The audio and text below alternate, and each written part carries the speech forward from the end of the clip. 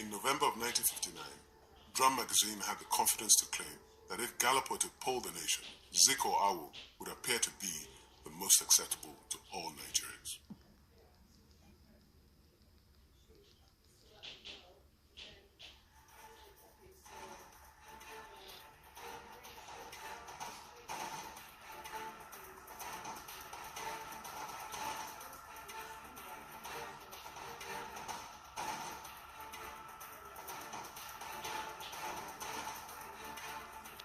On Saturday, the 12th of September 1959, Nigerians of age had only one job: to cast votes for the member representing their constituency and bring in the first Nigerian-led government in a free country.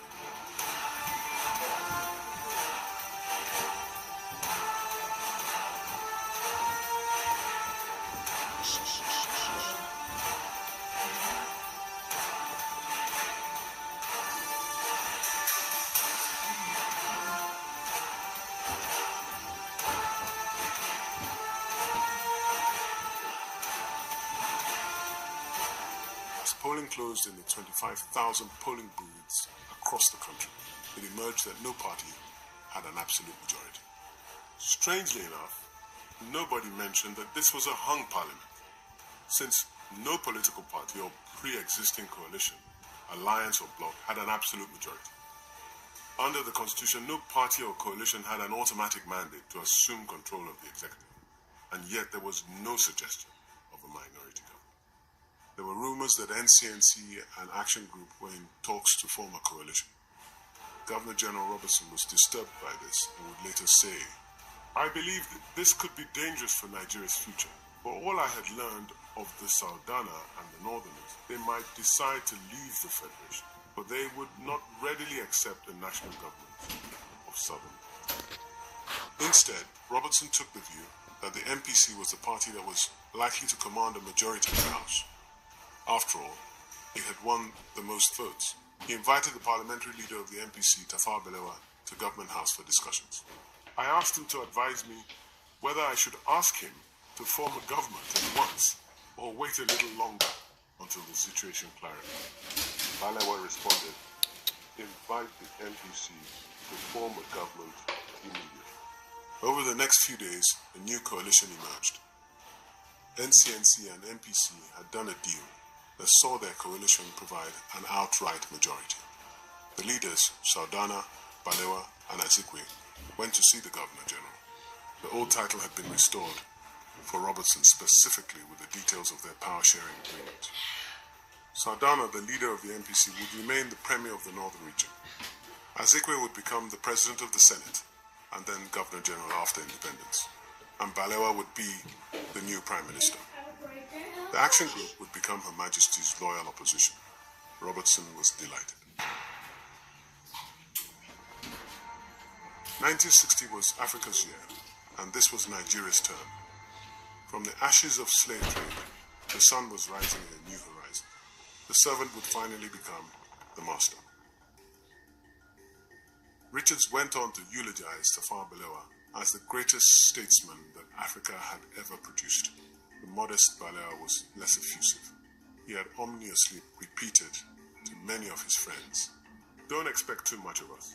I know the world is watching us, and what worries me most is that everyone expects too much from us."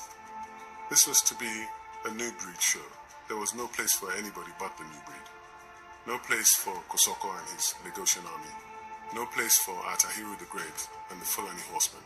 No place for the likes of Wanyarua and the so-called intelligent free. No place for the great pressmen of old. No place for Alimoto Eluura's women. No place for Michael Imodu and his bitter enders. No place for Funlaya Ransom Kuti's women. No place for the Iva Valley miners.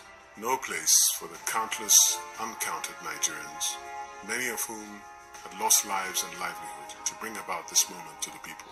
It all seemed so smooth and ordered.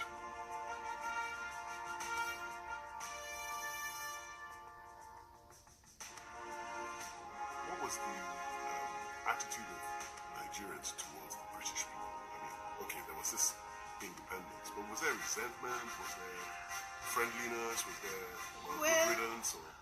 In a way, we were lucky that we got our independence compared with other African countries. We got our independence on a platter of gold. Oh yes. Yes, we didn't have to fight. Really? Yes, we didn't. We didn't have to kill anybody. No. Some people were imprisoned. The whole process. Yes, but it was, when you compare it with what happened in other countries, I think we were lucky. What would have become of this place if this journey hadn't started over 600 years ago, when the sea brought strangers to this land? We must single out this vast ocean, the second largest in the world, the Atlantic Ocean. It was such a huge influence in the making of Nigeria. The Atlantic carried the turning point in the journey of this colony. It carried the strangers that came first as curious traders, captors, so-called explorers, and then dubious liberators and would-be partners in nation building. And now the Atlantic protects us and binds us together. This journey has taught us new things about old stories, and old stories in new ways. It has shown us that the colony experience was not a pleasant, harmless experience. It was a bitter struggle to maintain a way of life and an independence. An experience that lost people their language, their history, and their culture. We should also learn that extraordinary people are made out of ordinary people. We should celebrate the heroic things that they have done. They should no longer be irrelevant by history. And we can only enjoy the promise that our future is greater than our past if we protect our history and unearth our history and never let it be forgotten. One thing is for certain, this African journey continues.